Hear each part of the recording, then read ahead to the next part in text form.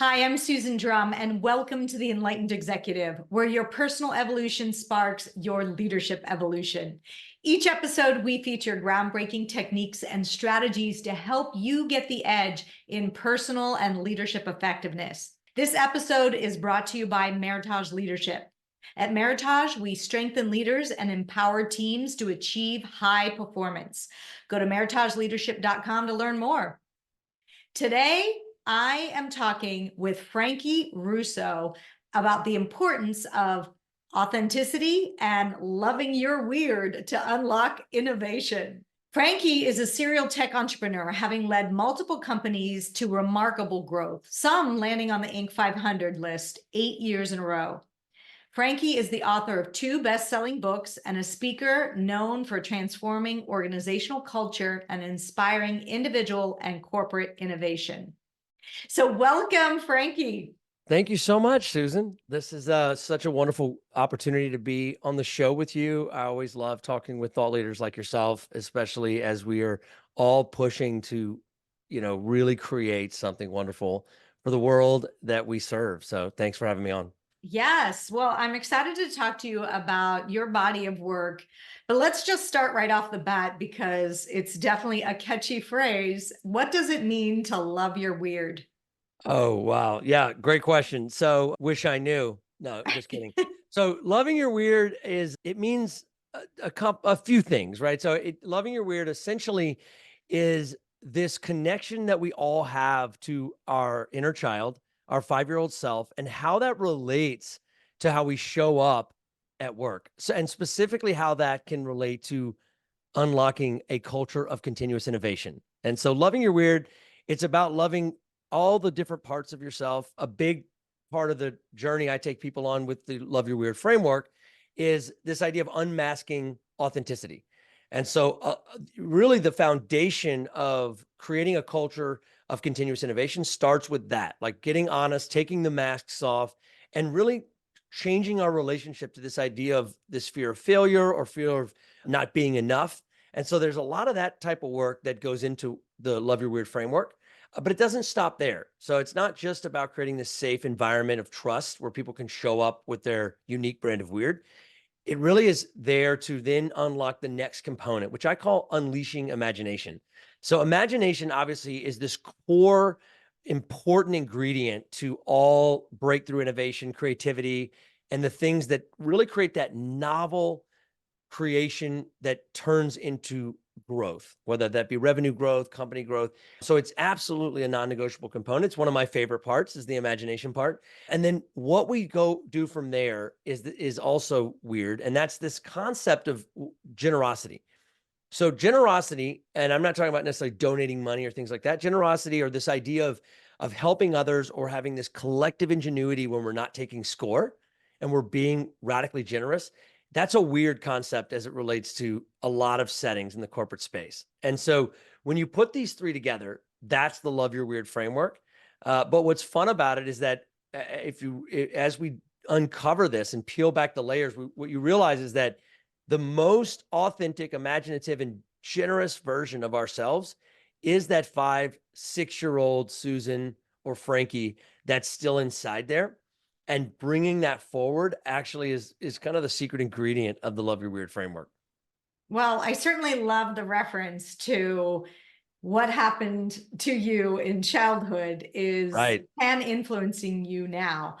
And Absolutely. what's interesting is like I take the perspective that in some cases, what happened to you in childhood created a wound, and that wound is impacting how you show up as a leader On every level. Yeah. on every level. So but the flip side of that is there's this beautiful quality of childlike innocence and playfulness that also got squashed along the way. And what I hear Absolutely. you saying is if you really want to unlock innovation, we need to tap into that and bring that out. So Love Your Weird, for me, it all came out of this divorce that I went through, and which has nothing to do with work per se, although it's all interconnected. And it wasn't until I realized that unlocking this new relationship that I realized I had abandoned my weird which was this kid who was an inventor, a preacher, TV preacher, astronaut, and a cowboy all mixed up together. And that's who I was at 5, 6 years old. And I had abandoned that because it was weird. I had gotten bullied at a young age, and I had, there was different things in school and teachers, and a lot of stuff started to really mute that. And then fast forward, I got into a relationship that ended up muting that as well. And that's why actually the ending of that relationship was part of my journey to realizing as an adult, wow, I've gone a long time living what I call an inauthentic existence. And so loving your weird, I was already in innovation at the time, and I was already on this journey of helping a lot of other people that worked for me and were part of our teams. And what was interesting is that as I started to introduce this love your weird concept where at work, that was when it became this new, it kind of birthed this other thing that went beyond just loving myself and accepting myself and getting out of shame and personally living in a space that is more or limitless. That was when it really became really interesting. So as I started to open that up and welcome this new mindset at work, especially with my own teams, some remarkable things started to happen. And so it's this fun experiential thing that happens. But when you start to make it a culture, it created this environment of continuous innovation that I'd never seen before in any of my other companies. And that's what led to, 60x growth, which we of course never had seen before as a result of this new way of doing things and approaching ideas, approaching meetings, approaching creating products, and all those different components of innovation that we were creating as a tech company. What's weird about you that you started loving? Yeah. So the biggest thing so a lot of people say this, and so if anybody's watching and thinking this, is that, they say things like, you don't look that weird. And, one of the things I've learned is that you don't have to look weird to love your weird. And so weird is a lot more about an inside job. So for me, some of the weird things I started to love is that I really started to embrace my inventive side. So leading up to this, I had dabbled in some things that were like creations of products or inventing something new, but hadn't gone full sold out to it. And this was the thing that kind of pushed me over into that. And it just was allowing me to reconnect with the inventor. I was always trying to invent things as a kid. And so I had hundreds of experiments. I had turned my parents' basement into a lab and was trying to create time machines and just whatever. I mean, hundreds of things. Most of them didn't work, obviously, until I was an adult. And I realized, okay, there was something more to that 5-year-old Frankie than I have been really like allowing myself to do. So, as a kid, I always was trying to talking and trying to get people on board with these inventions, and the other kids, it was weird because they just wanted to play or they want to do sports. They were like, can you just stop being such a weirdo about that? So that's where the whole like weird part came from, was being Yeah. looked at as weird with that. Yeah, because it's interesting. It doesn't sound weird to me, right? It sounds like it's the judgment that other people had of that Yeah. you took in, and Hmm. then it became something that was weird to you when it was Absolutely. actually really natural for you. Absolutely. That's what it is that it wasn't weird for me. It was weird for everybody else. Yeah. So Yeah. that's a big part that I always like to drop into early on in the work that I do, is this idea that like, we've got to create a space where there's not that type of judgment. And it's got to be authentic. That's why you have to cover the authentic piece and this fear of failing or fear of being judged or showing up, and like take the masks off. Like if we can't get through that part, we're never going to be able to create a culture of continuous innovation. It's not going to happen. And so that's why it's those three ingredients together that make it work. Yeah. You can't have one without the other. They're all great by themselves, but it's when you put them together that it creates this recipe for that. Yeah, totally get it. So I'm going to get to the other two pieces in a minute, but I want to stick on, since it's the main piece, is loving your weird and unmasking authenticity. How do you help people rediscover this side of themselves? Yeah. So the first thing is about really getting honest about some of the things that aren't working. So usually people can identify what's not working, or what the problem is, or what they wish was different, or whatever. They usually can identify that faster than they can identify a new idea breakthrough. And so when we start with that, that component, that's really the key, is that we really want to have it set up in a way where they're starting to look and take inventory and just really get honest about what's not working, right? So if that's individually or that's collectively as an organization or as an individual, what is not working? And as you start to look at that, those are the pieces that really create this stuck environment where people feel stuck or stagnant or Mhm. maybe even going Sure. backwards. And so it starts by getting honest with myself. And then I'm able to get honest collectively. But really the first step is getting honest with myself about like, what's really not working? Like, am I really doing the things that I feel like I was born to do or I am best at? And Sure. most of the time the answer is like, at least it's partially no. And so as you start to take inventory, you start to look for things that we can get rid of to create the space. Okay, but take me back to, how do I discover what was weird and see it in a new light? How do you go through that process? Okay, so all right, so we'll go back a little further. So when people are doing the work, that I usually encourage them to first look at what was I into at 5 or 6 years old. So a lot of times, if you're talking to somebody that's older, they haven't even thought about that in a long time. They might have thought about their kid who was recently 5 or 6 years old, but they haven't thought about themselves at 5 or 6. So that's usually the first step. Now, what I will tell you is that there are some people that can't remember. Okay, so I always try to honor that, and the reason they can't Sure. remember is traditionally from either some large or small trauma, Right. where their brain and their ego, the good part of their ego, has created a safety inside of them so that they don't have to feel that pain again. Right. But the problem is that the ego has this double-edged sword, where ego is going to overprotect if you let it. So it makes everything too rigid. For sure. And so it's really going back to that and asking ourselves, what was I into? And it's not just a playful exercise. It's insight, because the reason why the 5 or 6 year old self is so important in this is that it's the best picture, especially if you're older and you feel like you're in a rut or you're stuck or you don't know what you're supposed to be doing or you feel lost. That version was before it got altered. And so that's our original Yeah. is No, there yeah, that makes sense. before I started trying So to be something for someone else. can we play with this for a minute? So if we take like me as an example, and I was thinking through, okay, so what was I like at 5 and 6? Yeah, what were you Well, into? what was weird, I guess sort of weird about me, or something that drove my parents crazy, Okay. is that I loved playgrounds. Yeah. And I would freak out anytime I saw a playground. We must stop, and I have to go on the swings and Mhm. other things. And it got so bad that my parents had to take a longer route because they couldn't pass a playground without me freaking out. Yeah. So would Well, that be an example? well, think about it. I mean, how many places that you work or have worked or clients that you've had have a playground in the building? Not many. Not many. I mean, Google's at it. They're cool, but it's rare. It's not common. That's kind Yeah. of weird, right? Yeah. And so playing on the playground and trying to figure out how that fits into work, that's weird.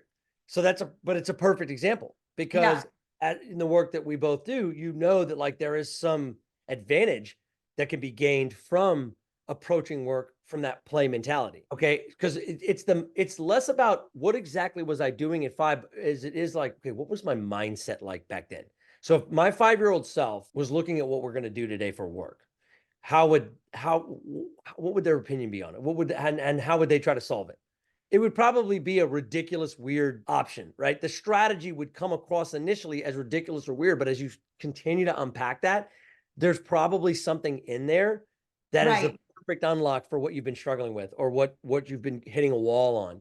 And so Right. it's giving yourself the permission to say, what if I was trying to solve this as a 5-year-old, right? And Well, yeah. What if I could enter into everything with more sense of play yeah, and more exuberance? I think it was like I was a very exuberant child, and I think I still have some of that, but it's tempered more, right? Because you don't yeah. necessarily go in and coach a CEO with vast A playground. exuberance. But here's So tell me this. When you played on the playground, how much did what you were going to be when you grew up or the future or what was going on in life, or how you're going to solve problems or whatever was on your mind? How much did that matter to you in those moments? Yeah, absolutely nothing. It was like playground now. And I think Okay, that's so why I like when being a you're trying speaker. to solve problems Yeah, in work or whatever, or for your clients, when you're trying to solve problems, do you solve them better when it matters so much and you have to get it done, or when right. it doesn't matter that much and you're able to really be in a flow? Which one do you solve better problems with? Well, definitely the latter is going to allow you to think outside the box and come up with creative ideas, Yes, right? and not judge them And to not so pressurized. yeah, Yeah. you didn't judge yourself at 5 or 6 the same way you judge yourself now. Hmm. And that's the first building block of this. How do we get to the back to a place where we don't judge things prematurely? Hmm. That's where we miss so many things that we don't even know we've missed. Got it. So now let's take that further and say for the next piece, unleashing imagination. Tell me more about that piece of your process. Yeah. So one of my favorite studies came out in the early 70s, and it was around a study NASA did, right? And a lot of people may have heard this reference, but I love it because it illuminated an actual research component or a science component to what I innately had seen in my own life and believed. And that's this concept that kids are a certain level of imaginative that we don't see as adults. Okay. Yeah. In fact, they tested 1,600 kids back then because they wanted to see the level of genius imagination that was in these children. And the reason they did is because they were trying to figure out, is imagination something that's learned or unlearned? Right? Because we all want to be more imaginative. We want to come up with great ideas. We want to think differently.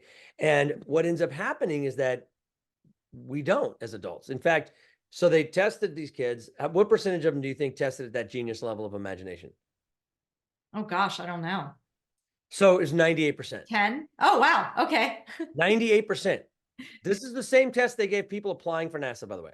Simple test. They gave it the same exact test. Well, the people that were applying for NASA out of 100,000 adults, it was 2%. The thing that they realized was that like at 10, they tested the same kids from 5. It was already down to 30%. At 15, it was 12, and then 2% is the adults. So what is that about? And the thing is that our society, our culture, and the way that we operate actually eliminates more of that imaginative divergent thinking versus this like kind of rigid math convergent type logic.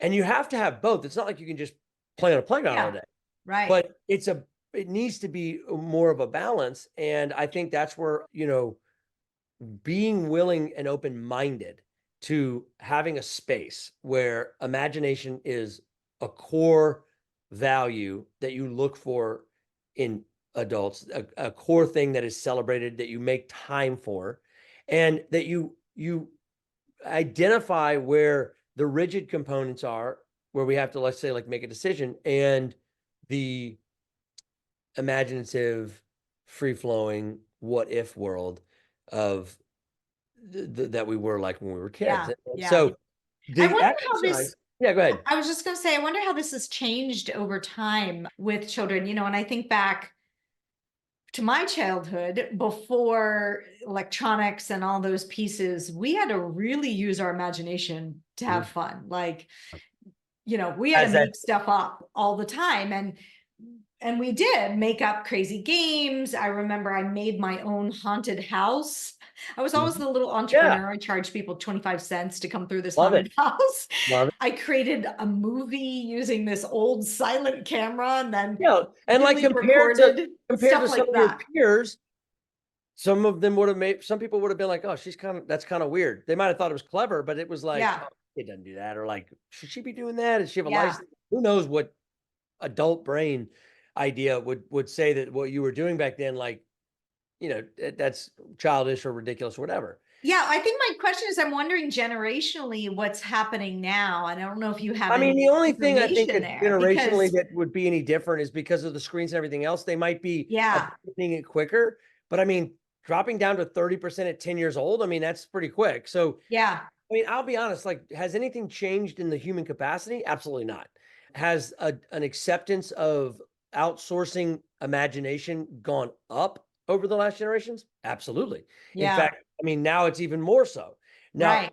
but there's this interesting dynamic that if we collectively choose to lean into our imagination more, then what can happen is that we don't outsource all of it. We use, and when I say outsource it, let's just say like AI or something along those lines, right? Right? Or augmented reality or virtual reality or gaming. So like a lot of it's gaming that has created these spaces where you might think, oh, these kids aren't as imaginative as they used to be. But they're also living in these expansive multiverses. So maybe they are more imaginative. Right. Right. It depends how you look at I it and guess the way that time will you tell. unlock it. Yeah, that's Yeah. why like you see a lot of stuff with gamification. It's the same thing. Like if you take the same test or the same quiz or the Mhm. same exercise at work and you make it a gamification, all of a sudden people are they like it more. Why is that? It's because we don't judge it the same way. If we think it's a game or we think it's for fun, we don't judge it the same way. And yet we get the same results, but people had fun. And that's all we're talking about is like, how do we get to a point where people love their work? They're not, because everybody's worried about burnout. They're worried about employee churn, Mhm. retention, performance, and ultimately revenue growth. And it's like, that's tied into all this too. It's like, we have to create a space where both can happen. And I think that most people think they have to choose.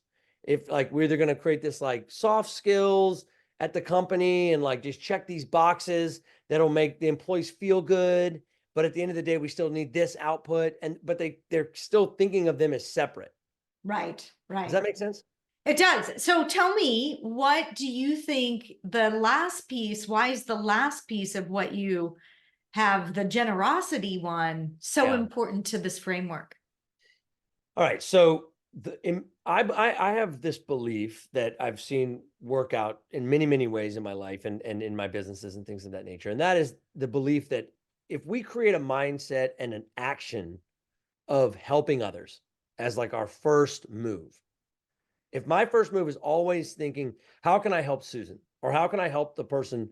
Some people call it servant leadership, or whatever you want to call it. But the fact is, this idea of helping others without taking score is such an important ingredient to create the type of collective ingenuity to turn this amazing group of people that are being authentic now and this amazing ideas into reality. That's the third step of generosity. You know, it can go by many names, but generosity is something that has to be present in that we can't be taking score, which is a mindset of like, okay, what does not taking score look like? Well, it looks like somebody who really has a mindset of abundance, that I'm Mhm. not going to lose if I share, Right. especially if I share before I know what I'm going to get. Right. That type of mindset, that transactional mindset, is why generosity is so important, is to break that transactional mindset down. Because look, the great companies are the ones that create a free flow where that sharing is celebrated, and it's this collective rewarding of the organization. Those types of organizations are always the great organizations. And it's because they know everything can't be transactional. It can't. Not if you're really trying to create novel, innovative breakthroughs that are going to make sure that the organization doesn't get left behind.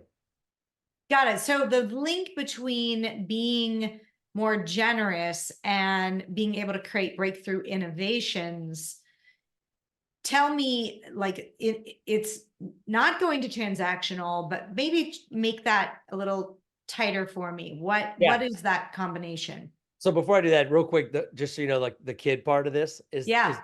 the thing about being a kid, 5 or 6, is that we had an abundance mindset that most Yes. turned into scarcity. So that's where the kid comes in. So the kid's in every scene. Okay. Yeah. But so with that in mind, you know, the thing about breakthrough innovation, okay, is that a couple of things. One, people think that it's going to be one department that's going to make the product, or one department that's the creative department. And then you have all these other departments, which is essentially 80-90% of the company, that's not involved. All right. So the first thing is that like everybody needs to be involved if we're going to soar what I call these seismic shifts that we're all Hmm. facing now, and they're getting bigger. And so the reason why generosity is so important is because everyone has to be thinking, I'm coming today to give. Everyone has to be giving. Now, if everybody's giving, that means someone is receiving, right? And so if everybody is thinking give first and not worried about what that's going to look like, there creates a culture where people are fully engaged, right? And they're fully alive, coming with the ingredients, right? Which is like sometimes just agility, like the ability to pivot. Like if I love what I do, if I feel like everybody's got my back, I feel like I can be generous. I feel like I can show up as myself. I feel like my ideas are celebrated and then used to turn into something. When change happens, which it always is, and now happening at breakneck speed, when that happens, this is the culture that allows for us to continue to shift, because agility is a big part of how you create breakthrough. So it's ideas, it's everybody bringing their unique piece to it. And so the generosity is being willing to think of others first, especially as it relates to putting the puzzle pieces together. Yeah. So instead of one thing I talk about a lot is this idea that a lot of times at work, and sometimes it's not even the leader's fault. Sometimes if there's an environment where the leader inadvertently created a space where the people wear masks, the leader is doing the best they can to make a decision based on the mask. They're looking at the mask, they're not looking at the person. And so they're not even meaning to make the puzzle pieces cram together to try to make it work, because they're thinking they're doing the right thing because, oh, look, I'm looking at the mask.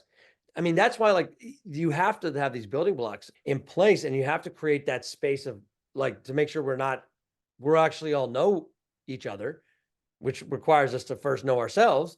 And then from there, it's this mission almost inside the organization to create the puzzle based on the pieces that we have. Now, sometimes you have people that don't fit, but hopefully you've already worked that out as you're figuring out, as everyone's trying to figure out what are they uniquely showing up to be. Yes.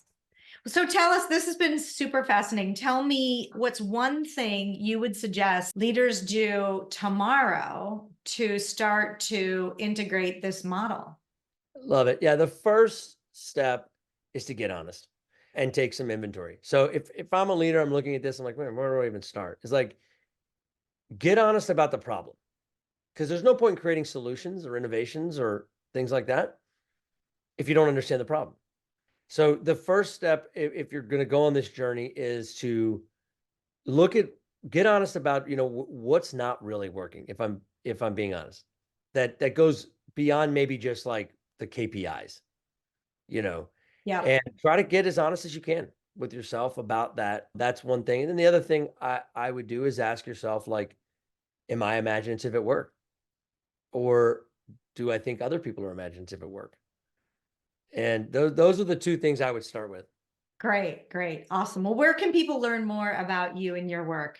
Yeah, so obviously frankierusso.com or Google Frankie Russo is fine. You can find everything there. I'm on all the social medias, and then I do have a couple of books out where books are sold, Amazon, Books a Million, that kind of stuff. Or I don't know if they have a Books a Million anymore. I know there's Barnes and Noble. So yeah, you can find me, just my name, Frankie Russo. That's my handle for most of the social stuff. All right, fantastic. Well, thank you so much for being on the show. Hope you enjoyed today's episode, and I'd like to point you to the next important step. Hit the subscribe button and the bell to get notified when we release new content. I'll see you on the next episode of The Enlightened Executive.